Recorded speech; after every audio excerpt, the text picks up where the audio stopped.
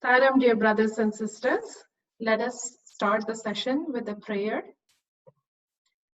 Beloved Swami, we're grateful to you for giving us this opportunity to collectively focus on your glories this week of Aradhana. Please join this program and bless all of us. Please heal all our brothers and sisters across the world and bless them with peace of mind and happiness. Thank you, Swami. We offer this program at your lotus feet. Salam, brothers and sisters, welcome once again to this evening's program. With Swami's blessings, we have a wonderful speaker tonight. It's Dr. Soumya Panchanathan. She's no stranger to us. We're excited to have her. And to introduce Sister Soumya and to moderate the session, we have Sister Sudha Ram. She is the president for the Center of SSIO, Center of Bridgewater. So I will turn this over to Sister Sudha now. Thank you, Aradhana, for that beautiful prayer, and definitely it's setting the tone for the satsang for this evening. Sai Ram all. I am invoking Swami in the form of every one of the listeners who are eagerly waiting to hear today's talk by Sister Dr. Soumya Panchanathan. If we all really put our thoughts together, we will probably realize that Swami had taught us how to celebrate every festival in each religion. But Maha Aradhana Day is the celebration we have learned to observe on our own. Swami faithfully gave this responsibility to all his devotees around the world. I would like to sincerely thank our regional team for providing this easily accessible, enlightening, and engaging satsang every evening of the week leading up to the Aradhana Day. The COVID-19 lockdown has kept us homebound, but our beloved Swami is creating his own way of unlocking our minds from irrelevant thoughts and making every one of us to spend more time thinking about him to realize the true purpose of each one of our lives. I am very, very delighted to introduce our speaker today, Sister Soumya Panchanathan. Some of you may remember that she was one of the guest speakers at our regional retreat in the year 2013, one of the very coldest retreat we ever had. Not only that, we had a chance to listen to her talk recently on April 19th as part of our Sai Bhagavatam series. For those who don't know Sister Soumya, let me introduce her to you. Dr. Soumya Panchanathan, she grew up in Windsor, Ontario, and came to Swami when she was 12 years old. Her parents had the privilege of working at the General Hospital at Puttaparthi from 1998. She has served Swami as a devotional coordinator and a SSC coordinator in the Mesa Sai Center in Arizona, and as a regional young adults advisor of Region 9. In her professional life, Soumya is she is practicing pediatrician, and the team director of biomedical informatics at the University of Arizona College of Medicine, Phoenix. She is also the medical director of a student-run interprofessional free clinic for homeless people. Sister Soumya's talk will be presented in 2 segments today. The first one will be being happy in the midst of chaos and confusion. The second one will be choosing faith over fear, living in the present. I am sure many of us have had thoughts and concerns related to these topics for some time now. So I was really glad to hear that Sister Soumya when we talking about them tonight. The happiness and calmness in her voice during our phone conversation was a true reflection of her love and faith for our dear Bhagavan. She clearly mentioned that Swami has given her the topics for tonight, and she will let him orchestrate tonight's session. Kind request to all, please remember to mute your devices and keep the video to minimize distractions. We are looking forward to seeing your questions and comments through the chat box. Hope all sisters, brothers, and dear children are sitting comfortably to listen to Sister Soumya's talk. Sairam, Sister Soumya, screen is all yours now. Sairam. Thank you so much, Sister Sudha, and also Sister Aparna, for your kind introduction. As was mentioned, immediately after I got the request to speak, Swami guided immediately with the topic of be happy. And, you know, it is really frequent when Swami asks us to do something. It is almost characteristic of him that he asks us to do something impossible. Especially, I know in Region 2, which has been specifically hit hard with the COVID virus, I found this a very intriguing topic that Swami wanted me to speak. But one of the things he clearly indicated is be happy. But be happy does not always mean feel happy. And the difference he told was in a story that I had heard long ago. I think either through him or through one of the SSE stories. And this is the story of a lamp. When we go in a dark forest, we need a lamp. So a lot of us like to travel with others who have lamps. We want to travel with them. They are carrying the lamp. We don't have to carry our own lamp. But the problem is that we are always dependent on them. And if you're always dependent on them, you feel sad or anxious if you have to walk alone.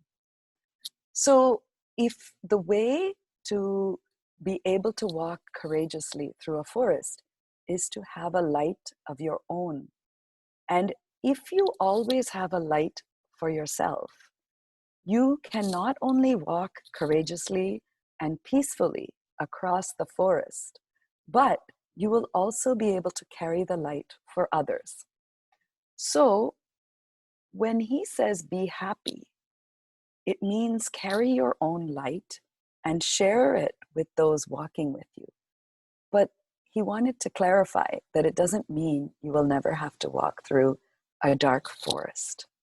And so let me start by saying that be happy does not mean we will always feel happy.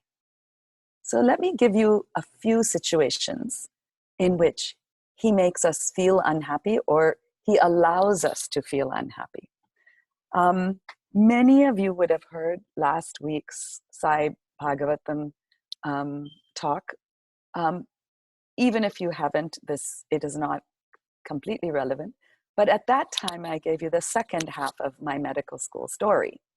let me tell you the first half. And it highlights two things. It highlights that we often don't know what he means when he says something. And it highlights that we feel unhappy when he is correcting us. So in the year 1980, I went to see Swami, and at that time, I was planning to enter medicine. And at that time, Swami said, no, not medicine for you. And so I came back, and I was actually quite fine to not do medicine. But over the course of the next year and a half, he made situations arise such that I couldn't tell, was he wanting me to do medicine? And therefore he kept putting things on in my path that seemed to direct that way. Finally, I said, okay, I will apply and I'll go for the interview. And then when I went back to India in 1981, I went as part of a young adult group from Canada. At that time, I was very inspired because one of the students from the Anantapur campus spoke to us. Each evening or each day, we would have speakers, we would have activities, we would have field trips around Puttaparthi as part of our trip. And we were there for about 18 days, and there was about 13, 14 of us. At that time, this speaker inspired me completely. And I felt really regretful that when it was my turn to enter college, when my parents had asked me if I wanted to attend at Anantapur, that I had said no, it was far away. So at that time, I asked Swami very impulsively in an interview, can I join your college? And Swami said, yes, yes, yes. I have a seat for you in my college and in the hostel. Get permission from your parents and go directly to Anantapur. So I telegrammed my mother and father, and my mother came, and we went directly to Anantapur. In the meantime, I had already sent in my applications and had attended my interviews. And my mother had come telling my father that he should not tell us if I got into medical school because it would just confuse us. And Swami had said, no medicine. And he had said, I am going to admit you to my college. So she came and we went straight to Anantapur. And in Swami's very characteristic fashion, the principal and the warden of the college said, no, Swami has not told us anything. You can't just come like that.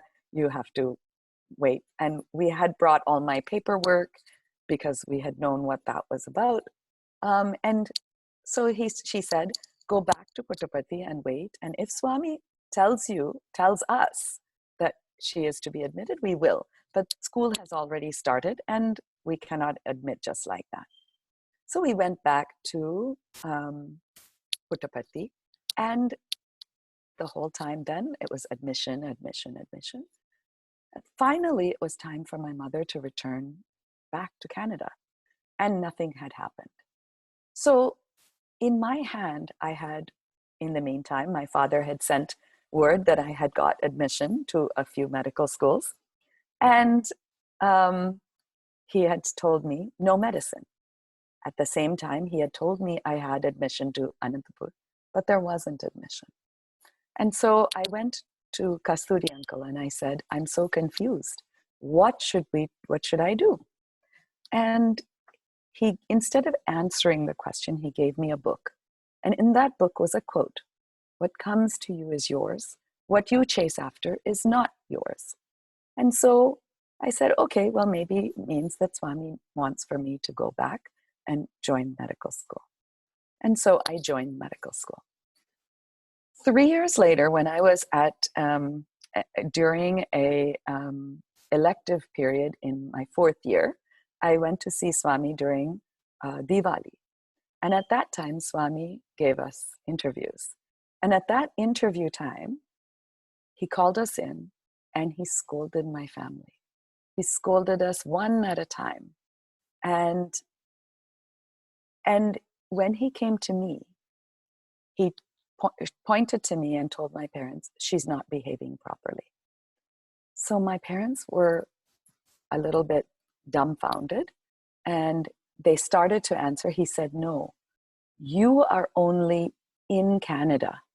I'm the one with her, inside her and outside her. And he turned to me and he said, you have your eye on someone in your class. And of course, I just wished the earth would open and I would go in there because I was so embarrassed. And I didn't answer anything. And he said, tell. So I slowly said, yes, Swami. And he said, no, before marriage, all are brothers. So, and that interview got over and we came out. And I thought, okay, I should probably tell my parents what this was all about. And so I started to tell them. And I started to say, you know, it's all in my head. It's not like I did anything. But they looked at me as if they were very confused. And my mother said, what are you talking about? And it turned out that in spite of sitting hardly 2 feet from where Swami and I were speaking, they had not heard the entire exchange. And Swami really pointed out how to correct somebody very effectively so that they were filled with remorse, but not so that they were filled with embarrassment, and not so that they were filled with anger, and not so that they were filled with guilt. And he really taught how you should parent in that way. So he made me feel very unhappy. In fact, he made our whole family feel very unhappy during that trip. Every time we got called in for an interview, we would cry and cry. And in fact, it was so funny because everybody would say, you're so lucky, you're getting another interview. And we would be praying that we wouldn't get an interview at that time because we were unhappy. So Swami makes us feel unhappy when he is correcting us. This reminds me of a story that when I started to teach SSE, he gave me the story for the first lesson. And he said the first lesson is about the importance of parents and why you should respect parents. And he said, he told me this story, and it's the story of the man on the island. And he said, once upon a time, there was a man who used to have summers on an island, and he would swim in the ocean and play on the beach. And he would spend the entire summer there, and he would go back, and he would go back to his work. And the next year he would come back to the island for his vacation, and he would swim on the ocean and play on the beach. And one year he noticed, gee, there's no roads on this island. I should build roads on the island, make it easier for the people who live here. And he thought of that only as he was ready to leave the island. And he thought, okay, next time I come, I'll remember this. So the next time he came, he swam in the ocean, he played on the beach. And again, just before he was ready to leave, he thought, oh, I forgot. I was supposed to build roads on the island. And he said, okay, next time, let me tell the innkeepers to remind me as soon as I get here. So he told the innkeepers to remind him. And at that time, he went home, and the next year he came back. And the innkeeper said, you wanted to build roads on the island. And he immediately said, well, I've just got here. I'm still so tired. I just want to play for a little while. And he swam in the ocean and played on the beach, and of course forgot about it all. And just before he left, he told the innkeepers, next time, be persistent. And he went away. The next year, they were very persistent, and they told him every day. And instead of being reminded, he just got mad that they would tell him that every day. And again, the roads didn't get built. So this time, he told every person he met, please remind me that I wanted to build roads. And so the next time he came, the innkeepers reminded him, the next door neighbor reminded him, the grocer reminded him, and everybody reminded him. And finally, he built roads on the island. So the point of this story is, think about 4 things. Think about something that you admire your mother for. Think about something that you admire your father for. Think about something that your mother always says that you know is right, but you get mad that she says it. And think about something that your father always says that you know is right, but you get upset to hear it always saying it.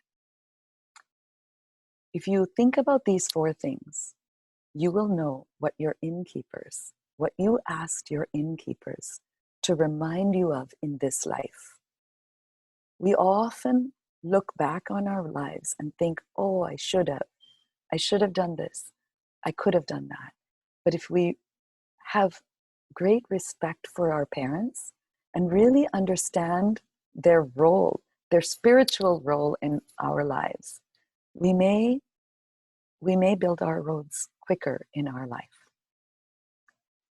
So this is how Swami makes us feel unhappy when he is correcting us, but also to explain how he makes us feel unhappy through our parents when they are correcting us. So the second method of feeling unhappy is when we have a certain expectation of what the future should look like and how we don't always understand what it actually is supposed to mean. I'm going to give you an example of my parents. In 1984, Swami told my parents, come back, I am building a hospital in Puttaparthi and I would like you to work for me. And he said, come back in 5 years. So in 1989, my parents were getting ready to come back. At that time, nothing really was settled, but within the course of 6 months, I got engaged, my brother got engaged, the house got sold, my parents' practice got closed up, and they moved back to India with 2 suitcases each. And they went to Puttaparthi. And my parents and immediately Swami ignored them completely. And my parents had heard of people who had waited for years and years, waiting to hear what Swami wanted for them to do. My father was very clear. He said, I'm not one of those people who can wait for years not doing anything. I'm going to give Swami 6 weeks. And if he doesn't give us work here in 6 weeks, I'm going to assume he is omnipresent and I'm going to find a place in India to work in a village and I'm going to work for free. And that's exactly what happened. Swami ignored for 6 weeks and so my parents found a place to work in Swami Shivananda's hospital in a place called Pattamade, very close to the tip of India, very close to Kanyakumari. And they started working there. And in fact, they found out that one of the people who was in charge of the hospital there had actually prayed to Swami and said, you have so many doctors, can't you send us a couple of doctors? And they specifically needed 1 surgeon and 1 internist. And that's exactly what my parents were. So my parents started working there and worked for about 8 years. Now, I want to, at this point, stop and say, Swami specifically said to them, come back, I'm building a hospital, I want you to work for me.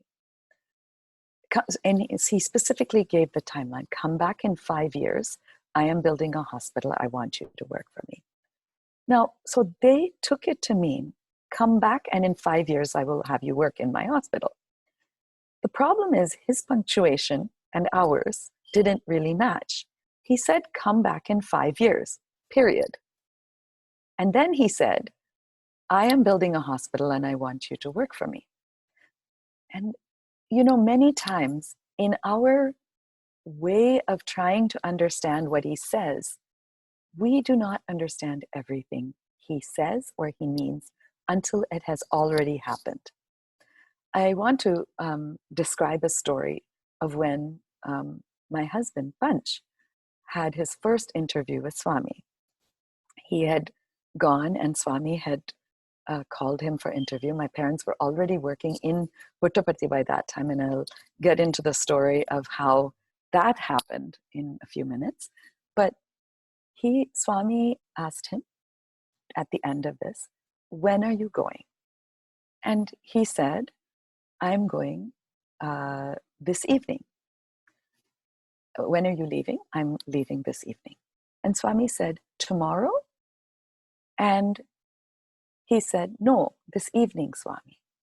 So as soon as I heard this, I told my husband, Panch, that he should leave tomorrow because Swami indicated that he should leave tomorrow. He said, no, it was just an explanation. He was clarifying. He thought I said tomorrow and I said today. And it turned out that the next day, so he left that evening. And it turned out that the next day he went to my father and he said, where is son-in-law? And my father said, he has left last evening. And he said, he left? And Swami then looked up and he did his usual finger in the air. And who knows what was to have happened? Who knows what did happen? But it speaks to the importance of listening to Swami's every word and doing your best to understand it. It doesn't mean we will always get it right, it often means we won't understand it until after the things unfold as they do, and it just is. So we feel unhappy when we have a certain expectation of what we thought he meant and something different unfolds. So let me talk to you a little bit more about the third idea, that we feel unhappy when we really haven't done anything wrong and something unfair or wrong or bad happens to us. So when my parents were in Patamare, my two grandmothers and my mother's aunt lived with them as three elderly women in the home. They looked after the home. They were all very happy together. In fact, both my grandmothers were exceptionally happy because they never thought that my parents were going to come back or that they would be able to live with them. My two grandmothers passed away during those 8 years. And soon after my second grandmother, my father's mother, passed away, there was a lot of conflict. My parents had basically worked there incessantly for 8 years. And they had, or in fact, 9 years. And they had worked the pharmacy. They had worked seeing patients all day long. They set up the inpatient. They set up the operating room. They taught the nurses. And they even used some of their savings to buy different equipment. But for whatever reason, spiritual reason, there was misunderstanding and conflict, and my parents had to leave. And so they basically left and they came back they resigned and they came to Puttaparthi again, and they gave Swami the same, I won't call it an ultimatum, but they gave Swami the instruction that we will give you 6 weeks again. Now, interestingly enough, this time, immediately after they got to Puttaparthi, one of the doctors in charge of the general hospital said, "Where have you been all this time? Swami has been looking for you." And this was such a strange thing to say because they hadn't been there. In any case, They were going to start working in October, but Swami said, no, the Canada doctors should start working in September. And so they started working, and every day on the veranda, Swami would introduce my father. This is Dr. Gopinath, double FRCS. We've never figured out why he said double FRCS, but he would introduce, and he would say, from Canada, son, my student, and every single day he would introduce him to somebody or other. In early October, what happened was my father was walking up the hill towards the general hospital and suddenly collapsed. He had chest pain and he collapsed. And he went on to the general hospital, and I think he was either carried there or he got up and went. And his ECG showed changes, so he was transferred immediately to the super hospital. And he was admitted and watched upstairs in the cardiac unit. That evening, Dr. Safaya went, who is was the medical director of the super hospital at that time. He came to Swami and said, Dr. Gopinath has been admitted. And Swami said, Dr. Gopinath, who? As if he hadn't been introducing him for the whole previous month. And so the next morning was the morning of the Pada Puja. And everybody was set up to do the Pada Pujas. And Swami told the people Swami told the people on the veranda, today I will show you what a mother's love is. And he got out and he went in a car and went to the super hospital, went upstairs and went to my father, and my mother was sitting beside him, and said, Dr. Gopinath, I have come just for you. He asked my mother for a glass of water, and he produced vibhuti, and he rubbed some on my father's chest, put it in some water, and he gave it to him like a mother feeds a child when they are sick. And then he said, no, it's not your heart. Don't worry. It's just your stomach. And so my father asked, should I tell my children? And he said, no, don't bother. It's not that was when he said, it's not your heart. It's just your stomach. So my father, who implicitly obeys everything that Swami says, he said, he didn't tell myself or my brother. But Swami doesn't necessarily mean for us not to know. It just so happened that my mother-in-law was one of the devotees who was in the Pada Puja. And so after the Pada Puja, she went to go and visit my parents. And she was told that my father was admitted to the hospital.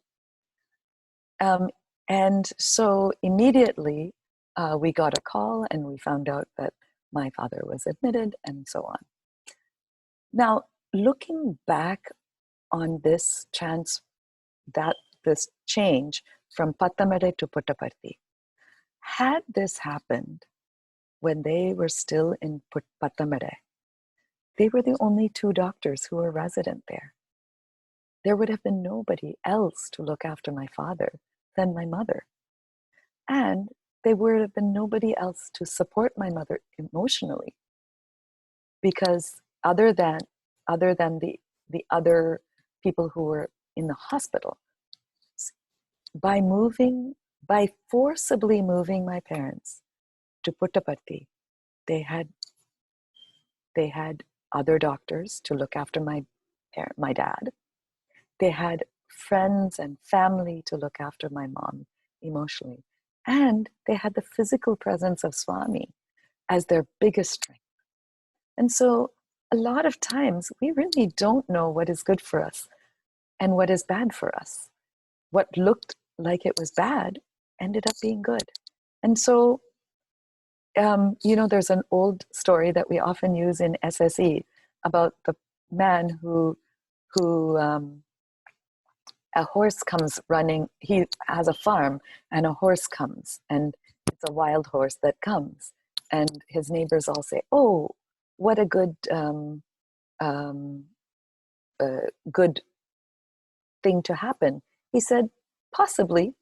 And then his son rides the horse and gets his leg broken. And they say, oh, how bad. And he said, possibly. And then the soldiers come, and because he can't ride, they don't take him for the army. And the neighbor said, oh, how good. And he says, possibly. And so really, we don't know what is good for us. When I was young, I was taken to a place in Lucknow, I think, called Bhul Bhulaiya. It's a maze. It's a human-sized maze. And when I think about that, you know, a lot of times we walk the maze and we think, oh, well, if I'm walking in the wrong direction, I must be walking away from the goal. But if you think about it, Swami is walking, looking from above, and he's looking and he sees exactly the most optimum route to the end. And so I think trusting that he knows which way we should be going, I think is what we really need to, when we think we are feeling unhappy by what is happening to us, I think that is when we need Swami's presence, and we need the trust in Swami that we may not see what is good for us in the maze, but he sees what is good for us from above the maze. Finally, another time that we feel unhappy is when we think we're very important or necessary, and Swami wants to show us that we are just his instruments. And so I want to share a story of my mom and my father, and Swami and his trips to Kodaikanal. So every year or many years, he would go to Kodaikanal. And he, one year, called them. And that year, he wanted them to be his guests. The second year, he called them, but he wanted them to be doctors for his guests. The third year, by this time, my father was very sick with Parkinson's. And my father couldn't really handle travel very easily. And so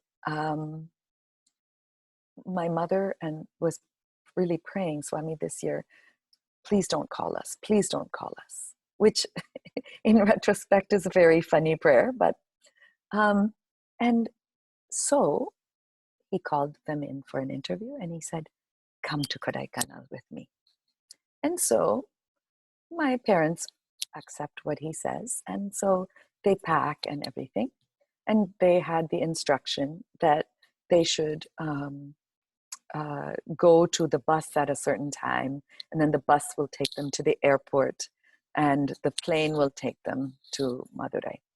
And so my mother asked the question, would it be possible for them to get directly dropped at the airport, because it would be hard for my father to get up in the bus with his Parkinson's. At that point, there was a silence on the other end of the telephone. The person who she was calling said, but Dr. Gopinath is not on the list to come. Only you are. And my mother was just thunderstruck. It never occurs to you when Swami says, come, that you should say both of us. You just assume you're both going. So she was very, very worried, upset, felt like this was just a complete out of the blue thunderbolt. And she asked for confirmation. So they sent a message, and it was confirmed. And she got some very wonderful advice from a very senior devotee. He said, don't say you must not come. Don't say he must come. Swami is looking after him. If you truly believe that Swami is looking after him, then you just follow his instructions. So after crying all her tears, she agreed that, she made the arrangements. And, in fact, that was true. Even when my mother was there, one day he had fallen in the bathroom, and there's all sorts of sharp things that he could have hit himself on. He fell onto a bucket, the bucket broke, and that was it. And in fact, Swami said, yes, I protected him. The bucket made a loud noise. And so even when my mother was there, it was Swami who was looking after him. So the next day, Swami called them in for interview. And my mother always likes to say, to kind of see how she had taken it. He asked my mother to go and check something. And he just sat with my father for those 15 minutes. And that was it. They didn't talk. My father and Swami had a very lovely relationship. My father would never talk, and he would only listen to Swami. And so it brings us down in our own sense of self-importance. We think we do seva. It's actually he who is giving us opportunity. He can get the seva done in any minute through whatever means. But he gives us the opportunity to feel like we are part of his mission. But we must never forget, and we must never feel that we are so important. We must understand that it is he who is getting everything done.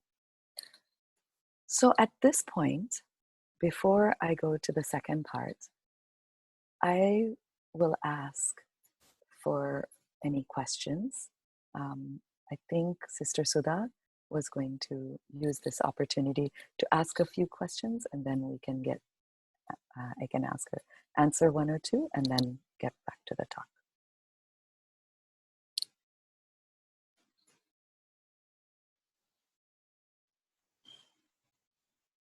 Sudha, you may be speaking on mute.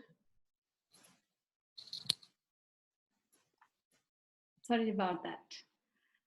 Thank you, Sister Soumya, for those lovely messages. And I really like the story of the man on the island. It's really learn that how to respect parents as well as others in our life who say things that we may not like to hear. That's a wonderful message.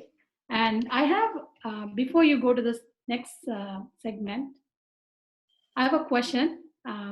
You had the privilege of being in his physical presence, and yet you had difficulty in comprehending his message.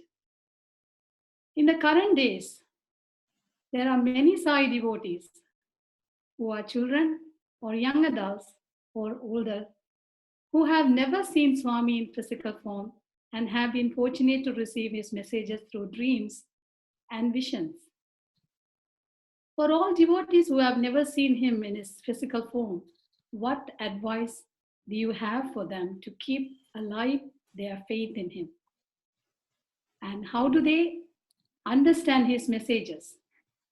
How do we prepare ourselves to receive and listen to those messages? How do we differentiate between what we want and what he wants us to do? Can you please expand that little more and explain to us? Yes, that has been my life's journey, in fact, because we really don't know how to take Swami's messages.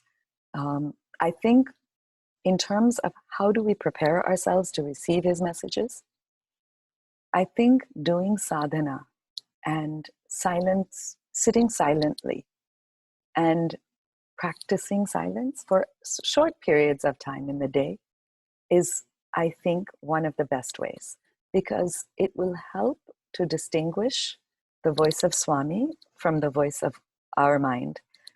I still can't always distinguish, but I'm getting better at it. The other thing is, there are two types of messages. In my mind, there are messages that tell you what you should do. And the first type of that is your conscience, of course. That is Swami for sure talking.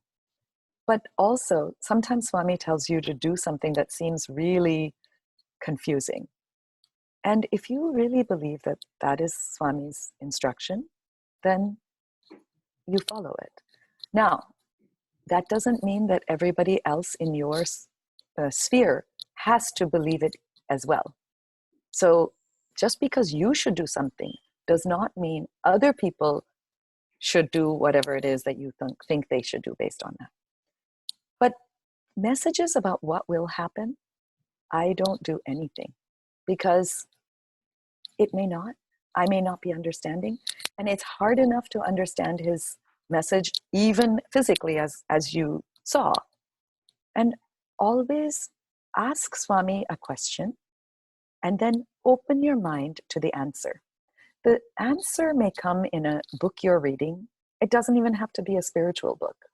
It could be a novel, it could be a billboard, and then, or it could be a license plate. Open your mind and you will find the answer. But give your question out to Swami and then wait until you have to act. So I think that's the best I can answer. But I think for those of you who have that question, I think the way to answer it from Swami is just say, Swami, what do you want me to do to prepare myself to receive your message? And then every time you receive what you think is his message, you say, Swami, is this your message? After a while, though, some of his messages are so clear because they're completely out of the blue, random things that we all call them psi-incidences, and they are. So I think that's how I would best answer that question. So now let me go to choosing faith over Thank you fear. so much. Oh, you're welcome. So I'll go now to choosing faith over fear and living in the present. So a couple of things that, this is the ideal scenario to practice this. I'm not saying this is the ideal time, but if we have to find a time to practice choosing faith over fear, this is the best time. And what has worked for me, several years ago, I think it was 2004 or something like that. We spent a year practicing a play to present to Swami. And at the same time, in my practice, there were some things happening, and we were building a building, and I felt overwhelmed with so many things to do. And at that time, I learned a technique. And basically what it was is I dragged my mind. You could feel my mind kicking and screaming to go to this worry and overwhelmed feeling. And I would drag it to, what can I do for this next 5 minutes that would be productive? And when I was in that 5 minutes, I didn't have my worries. I was doing something. I was doing something that was important to do. And then I got immersed in that work, and I did things, and they would go very fast and they were very efficient. So slowly but surely, I started to practice that whenever I got overwhelmed with tasks. And I have found over time, Swami is the master scheduler. If I'm overwhelmed with tasks, I do some task. Either he will make that task take less time, or he will cancel a task later, and I will have time to do it. It is unbelievable. Swami has been my administrative assistant for now years, and I never have to worry, will I have enough time to finish a task? Now, I have to say, I did not start with that faith. What I started, and I have been raised to be completely truthful. So honesty was something that was really important. So I cannot say, Swami, you will find the time and believe it. What I had to say initially was, Swami, if this task is meant to get done, you will find time for it. And I could believe that. And so I slowly but surely started to believe that Swami would make the tasks just happen and schedule my tasks. So it is in a similar way that more recently I have done the same with anxieties and worries. I drag my mind to this moment and I say, what is it I can do that is positive? I will share with you that in this last week, I was actually, of course, Swami gives you the lesson and then he gives you the opportunity to practice the lesson so that you can share the lesson with who you're supposed to share it with. This is the experience I've had all through my SSE. So the lesson was choosing faith over fear. The opportunity to practice the lesson was that last week when my daughter, who is expecting and is a pediatric resident in Connecticut, got sick. She had been working on a COVID floor and she had been working on a respiratory unit, and she herself had fever and body aches and chills, and she was sick. She couldn't get the testing done, and finally she was able to get the testing done on Monday, and it took another day and a half to get the answer. And during all this time, Swami reminded me, you're speaking about choosing faith over fear. And every time I felt helpless. I could not go to her. I could not make the test happen earlier. I couldn't cook anything for her. I couldn't do anything except call her and see that she looked unwell. And all I could do was pray and send her positive vibrations. And Swami gave me that opportunity to practice. Now, he gave me the good news yesterday that she was testing negative, and the good news 2 days ago that she felt a lot better. But he never gives you an opportunity to share a message without giving you an opportunity to practice the message first. I also want to share with you, whenever I have these talks, I go back in my notes of different things that Swami has shared with me, either by speaking or something he has given as a visual image. Many years ago, when Swami was about to leave his body in 2011, we all, as devotees, we all prayed for Swami's health. And this vision, in that vision, all of those prayers formed a garland on him. And Swami took this garland and he lovingly wrapped it around the earth for its protection and for its good. And so I think that all the prayers we said before for Swami's life and health, and all these prayers we are saying now, imagine that they are forming a garland around the earth for its protection and good. And Swami has shown that. And so I think that we can take comfort that whatever it may have been that this earth was supposed to go through, that whatever it is has become a little bit lighter because of every prayer that each of us says and every kindness we show each other in this time. I'm going to finish with a few thoughts. Swami said that that Jesus started as, I am a servant of God. And then he went to, I am a son of God. And so when we think about what is the difference between a servant and a son, a servant does things because we're paid to do it. And so if we think of the seva that we do as we are going to accumulate good karma. We are a servant of God. Swami will pay us. We will get our good karma.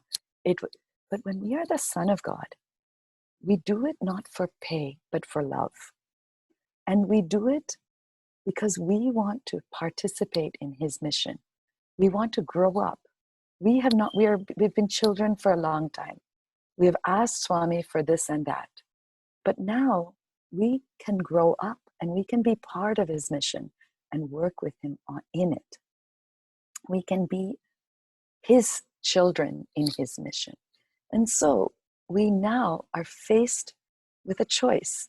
Do we want Swami to have lived to fulfill our mission?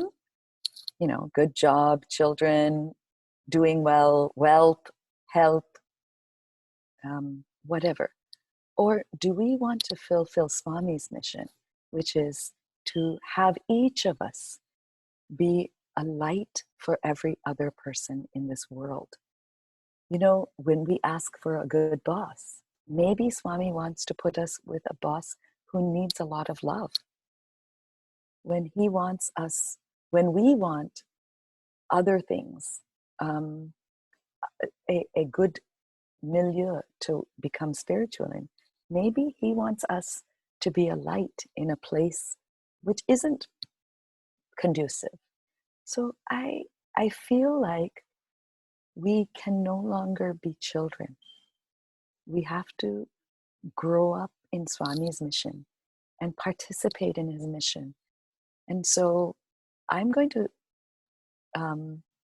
finish with something that he told me for a while, something he told me some time ago. When your eyes are closed, or when you are inside a closed room, you can't see the sun. Even when you go outside, and even when we all go outside and open our eyes, it might be night.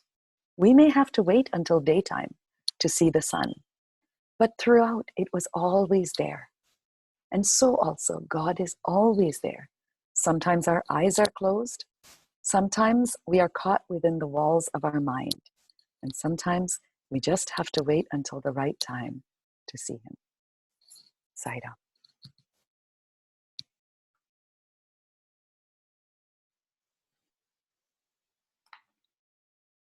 Saram, Sister Soumya.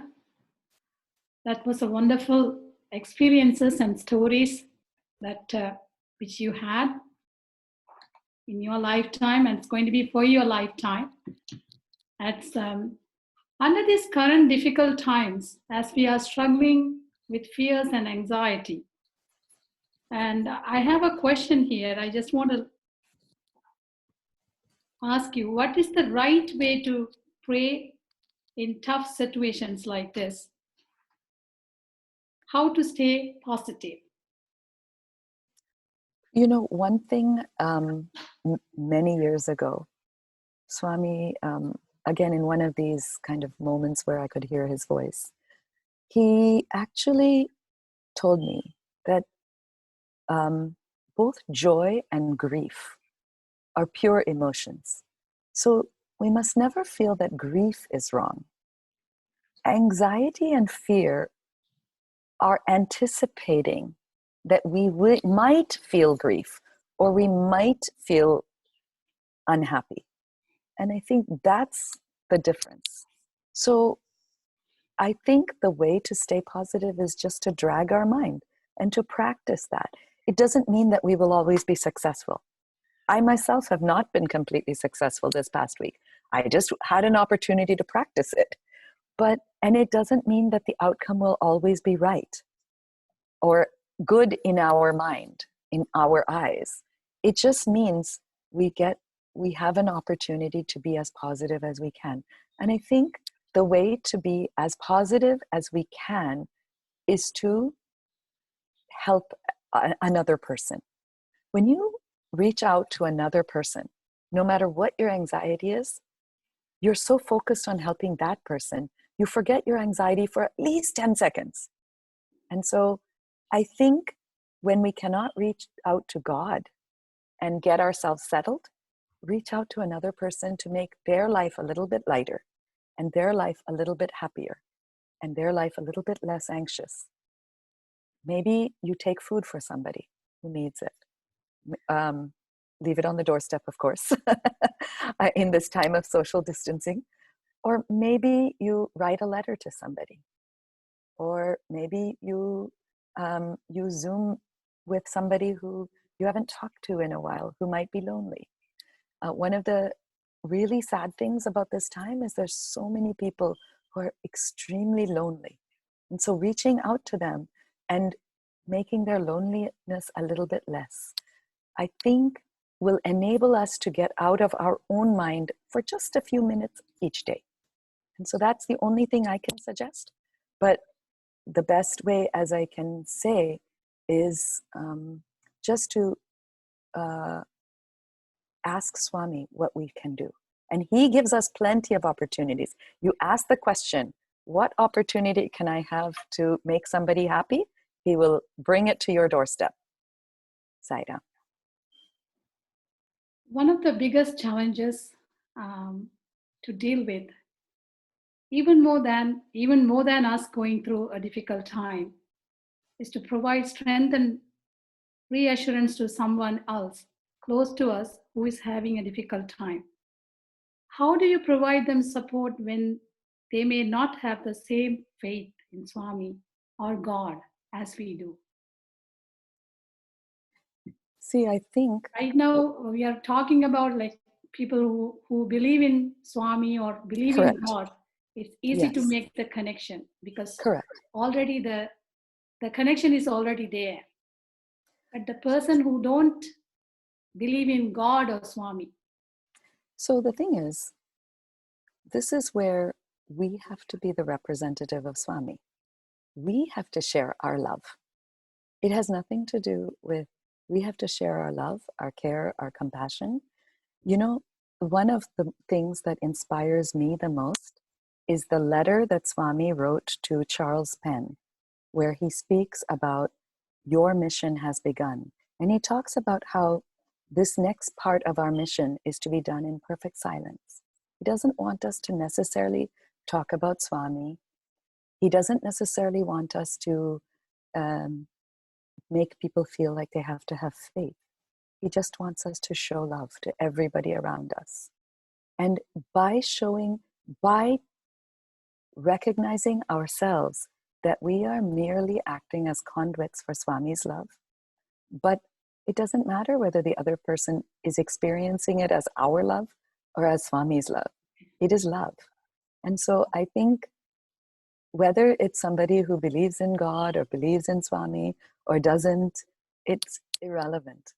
It's all about the love we're sharing and the love we can experience between us and the other person. Saida. Thank you so much. That was, I think this is from one of my friend. Another question that I have for you, sister. Mm-hmm. You gave an example of faith over fear in which things worked out in the case of your relative. Mm-hmm. What about the case in which things don't work out as we expect? How should we choose faith over fear in those cases? So I think that, Swami is the best example of this. In 2011, so many of us prayed so hard for Swami. And we truly believed that Swami was not going to leave us in the physical form. And it didn't work out well. And we experienced grief. We experienced collective grief. And so that time it didn't work out. But we got over the grief. We recognized that Swami is in our hearts. And the same thing has happened. My father has passed away. And the same thing happens. Whether it is Swami as God or whether it is God as people who are in our lives, who are embodiments of God, it is the same. They will be there in our hearts. And there will come a time when the grief will get over and when we will be able to experience them through our memories, through our joys that we had with them, through the things that they taught us, and through the changed person we became through interacting with them. All of those are ways in which those people have impacted us. And so I think that whether a good outcome happens or a so-called bad outcome, or a bad outcome, let's call it what it is, happens, I think that Swami just wants us to go through life in the present tense. So we don't have to be anxious. But if something bad happens, grieve fully, cry, even be angry with Swami. Be angry for a while, and then recognize all the good that that person has had on your life and move forward. So that's all I can suggest. I have one information I really need. Where can I find the letter that Swami wrote to Charles Penn? I think it's online somewhere. It's a letter called Your Mission Has Begun, or something like that. I can send it to whoever email. I can send it to Sister Aparna or to you if I have your emails. I can find it. I'm pretty sure I have it. But it's available. I mean, you just Google it. Charles Penn, My Mission Has Begun, or Your Mission Has Begun. Thank you so much, Sister Soumya, for your, I think we have some comments. Sairam, thank you. Such a wonderful speech, very educational and inspiring. And we don't have that many questions today. Everybody have been appreciated your talk. And there was one comment that there was one more comment is very much needed food for thought during this time. Thank you, Dr. Soumya. Looking forward for the recording. Everybody wants to hear you more and more. Sudha, I have a question here that I received. The question here is, has Swami spoken to you about collective consciousness of vibration of faith over fear? No. He has not talked in physical form, and he has not really talked in sort of the subtle